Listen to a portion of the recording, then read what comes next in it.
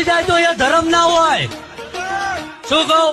કારણ કે મારા ઉમરે સડે તેથી હું કહી દઉં, ખોટા વાયદા ના આપું કે ભાઈ તારા ભાગમાં 2 વર્ષ લગી નથી લખ્યું ભાઈ, તને પલવાય તો અહીંયા કોઈને વેણે મળ્યો રોણા વેણે મળ્યો વેણે મળ્યો ઉગા વેણે મળ્યો ઉગો મારા ભાગ